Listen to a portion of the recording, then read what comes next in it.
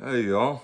So today I'm gonna talk about a couple Nico cars, a little follow up.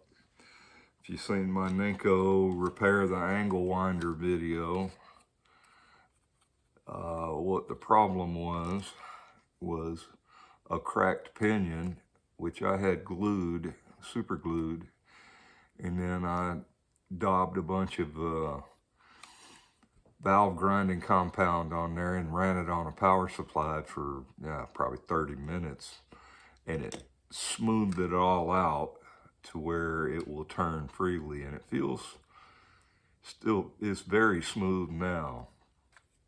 And then I reinforced by putting some vertical plastic tabs on the motor, and put a lot of 30-minute epoxy on there, because it hardens up better than the 5-minute epoxy.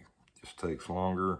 I wasn't really in no hurry, so I soldered my wires back on, hooked up I didn't change any of the braids or anything out, but this chassis is good and smooth. But I had ordered this item here, which is made by NSR. They make aftermarket slot car parts for 132 and 124 scale, and it's replacement gear, axle gear, and a pinion gear for Nico angle winder. So I was hoping that it would work, and it does, but there's a catch. The pinion gear hole was a little too tight for me to go pressing it on, so I had to get a set of more various size drills for a pin vise, and I found a pretty good set on Amazon. It was like 90-piece set for 12 bucks. And what I did was found a bit that I could put in the back of the pinion gear that I pulled off, to where it felt like it would just start, and it was very close to the motor shaft diameter. And I ran that through the brass gear with the pin vise, not a power drill. You don't want to use that. I wrapped this pinion gear in an orange, what do you call these cloths? These microfiber cloths. I held it with that and ran the pin vise through it. And then I needed a different size one for the axle to open up the black gear, which is not plastic, it's aluminum, and it has a little Allen grub screw in there to secure it to the axle after you do that. And I think this brass one was a spacer to push on an axle if you were replacing the axle, but I wanted to keep the original rims. These, I think this was 11 bucks and $4 shipping. I bought two of them. I used one and I got a spare one in case I do another Nico angle winder. But that's the result. And it came out really good. It's super smooth. It's hard to see that black gear there on the outside of the bearing for the axle, but there was already a stop on the original axle, so all I had to do, I just pulled this wheel off. Later I pulled the other one off too, because it was kind of not tight. So I pulled that wheel off, pressed on the pinion gear, this one right here you'll see, and I had it all the way out to the edge, and it didn't quite line up to where this needs to go, unless I wanted to put a spacer on there, but I didn't.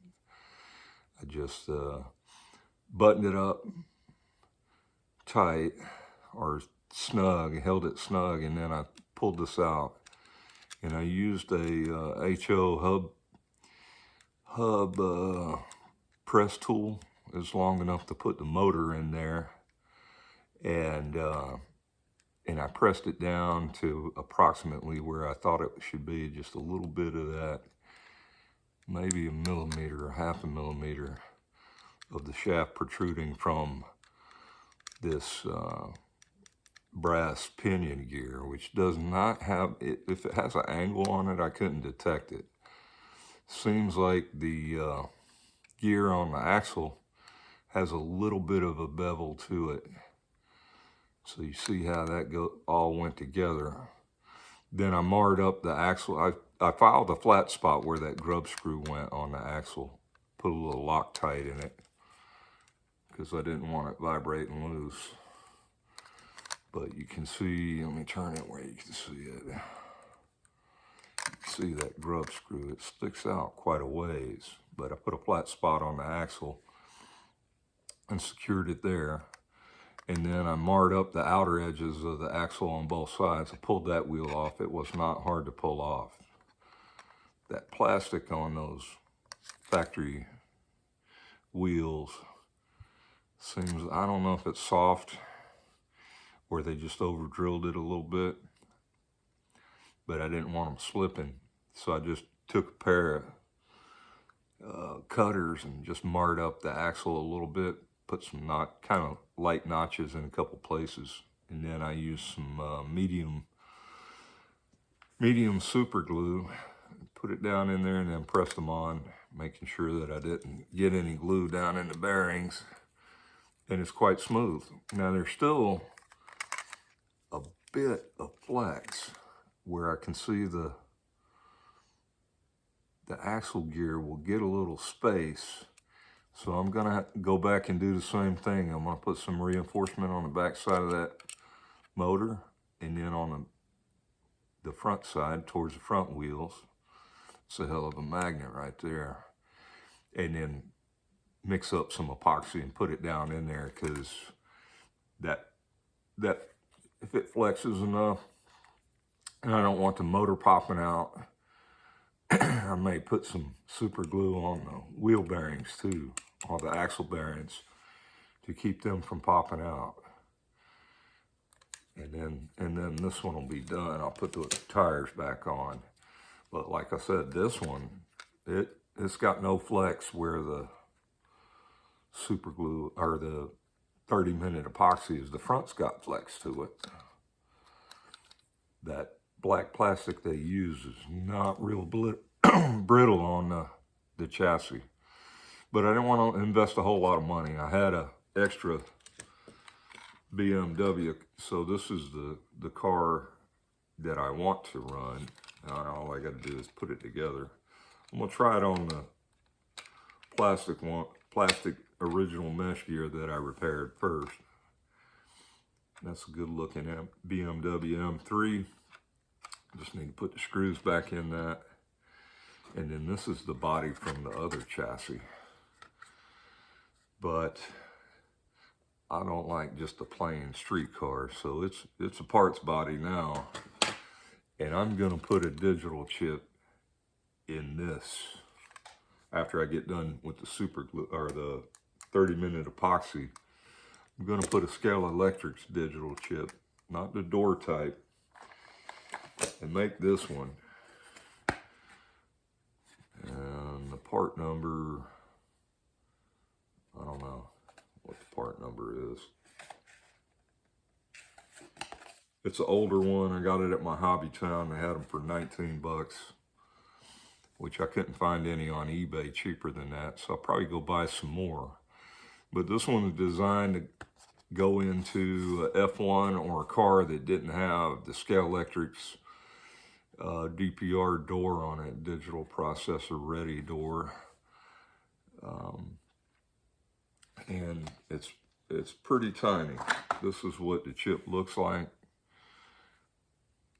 Now, on the front end, you would just swap that out on an older Scale Electric or a Scale Electric's car. Those plates go up under where the guide marries up. And then it's got a ferrite bead across two legs of a capacitor. But I'm just gonna go. I'm gonna try to use it without the ferrite bead and capacitor. Go straight to the pickups you got this little infrared, not sure if it's I think it's an emitter that you got to drill a hole. And on the scale electrics, you drill the hole in line with your slot, your what do you call it? Your slot guide. There's a little hole back here already, and there's plenty of room, but I think that's too far back. You might not actuate the lane change in time, so probably gonna have to drill it just behind the axle. That's where they appear to be on most of the scale electrics. So you need to drill a 3mm hole there. There's quite a bit of room just behind the front axle. That compartments it's not going to require much, so you can just go behind the front axle, sort of like that. Maybe might have to hot glue it after I got and then it's got red and black to go to your motor. That's pretty heavy duty. It's not too thin. It's not very flexible a wire, but it's feels like a silicone outer coating. So you just got your little emitter that you glue in. These go to your pickups. Not sure if they'll work without the capacitor and ferrite bead, but I'll hang on to it in case I got to put it back in. And then there's no provision for any lights or anything on there. I haven't really examined the board, but I'm not worried about that. So I'm putting it in a Nico car. Make it this scale electrics digital compatible. They come with a bunch of these extra flags and stuff too. So for 20 bucks, that's not a bad deal. I think these are like $6 for a bag of them. But like I said, there's plenty of room back there. Just got to drill a 3mm hole, glue it in there, hot glue it, get the wires soldered up, and I'll have one that's digital. And you can run a digital car on an analog track. It automatically switches over. I think the Carreras do too, but I did have one that had an issue with that. It didn't like the analog. But and the switch on the bottom of the Carreras, that's not an analog digital switch. It's a direction switch. If you're running it in analog and it's going the wrong way, you flip that switch and it'll run the other way. I don't know if it works that way in digital. Todd over at Told You Racing would know. I've never flipped the switch except in the analog mode. But so that's the BMW project. And then I also had this Fiat Punto that had a bad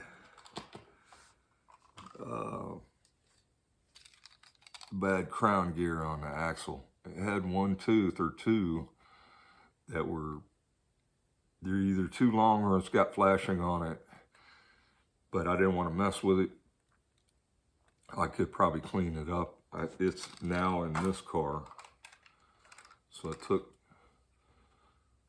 the front and rear axles from this blue car, this blue Saxo that is a street car. Not really interested in running street cars. Had to be a pretty rare thing for me to care about it. But so it's a parts car now. And what happens is it goes so far and then it hits. And it hangs up. I could do the same thing. I could put a bunch of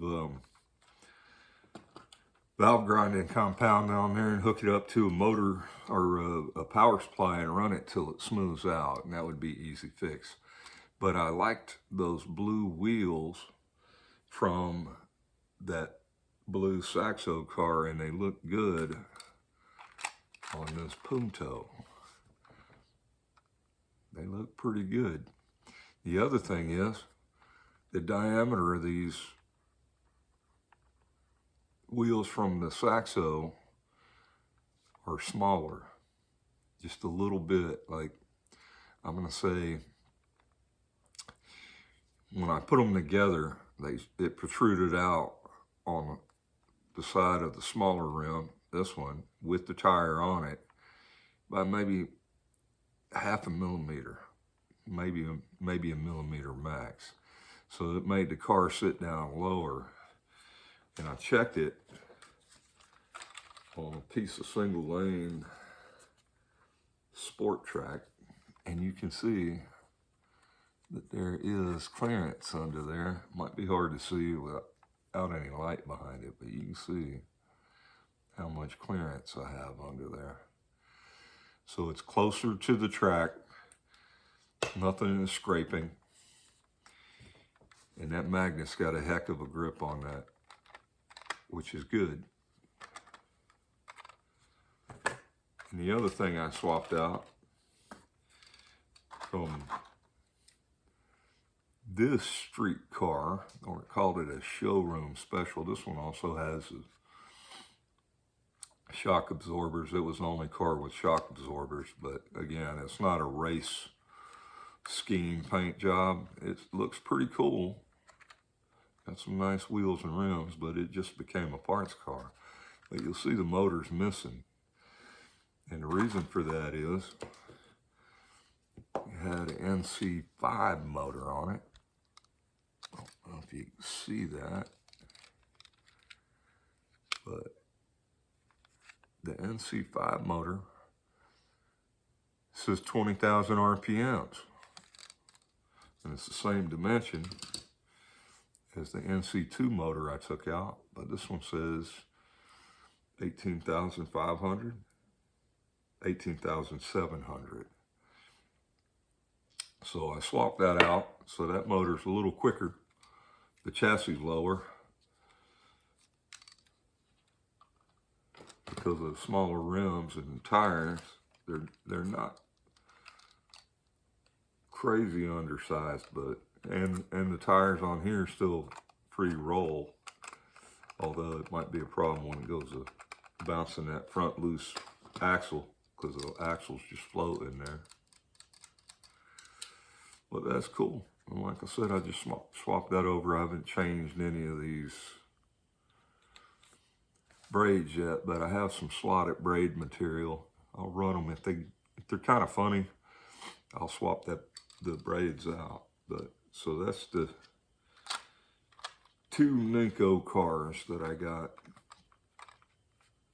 This is out of the Brian's Bargain number 8, which I just ordered another one. Hopefully I don't get too many duplicates, but that was a good deal. You get them for 14 bucks a car that way.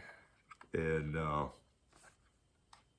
like I said, this one wound up with 3 parts cars in there because they were all road cars. I needed parts for one of them. I could have probably swapped out the motor and axle from some of my spare fly cars or Carrera. Yeah, I'd have had to swap the pinion gear too. But this was quick and easy, and I like it. I like the blue rims on his Punto has some blue trims to it, so it looks good.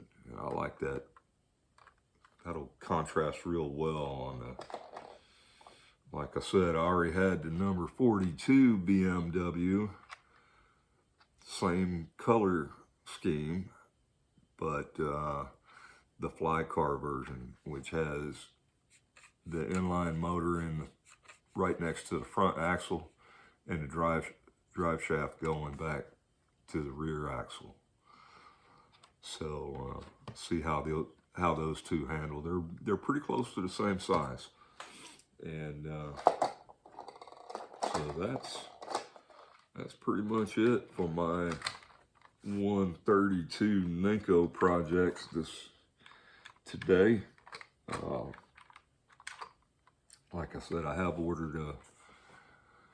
found a couple cars on eBay. I found a Nico Mini Cooper, an older one that's missing a mirror and might need new tires and stuff. I don't know, but like I said, I got plenty of these. I got a brand new extra motor if I need to swap that in it. But it was 21 bucks total shipped. I can't remember, but maybe 22 after tax, 22 and some change. You know, eBay's got to get their cut. I don't see how anybody can sell individual cars on there and make any money. I mean, you're not making a profit. You'll just recover back some of the money that you've spent in the past. But I haven't seen many Coopers around for a decent price. They seem to be quite popular, the scale electric ones anyway.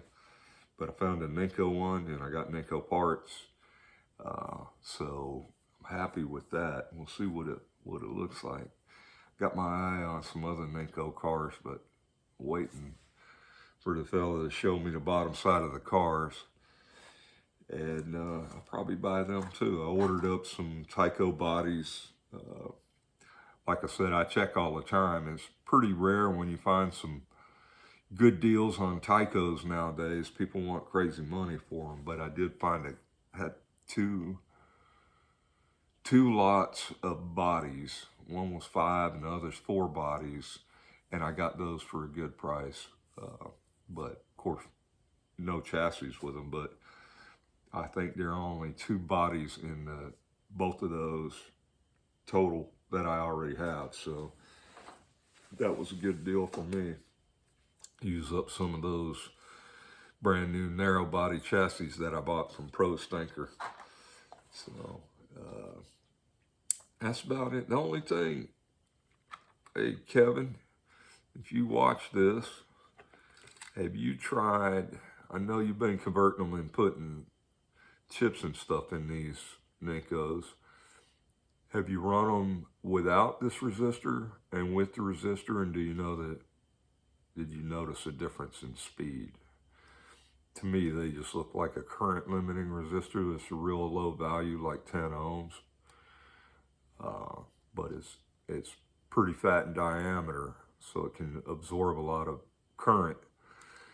And it'll obviously make the motor a little bit slower, but I'm just wondering if it's important. I don't see them in all the other brands.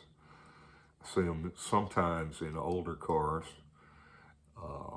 but I do often see a capacitor across the terminal, and these Nicos don't have a capacitor. So I don't know if it's something to do with preventing interference, but to me it just seems like it's a current limiting, keep the motor from getting too hot.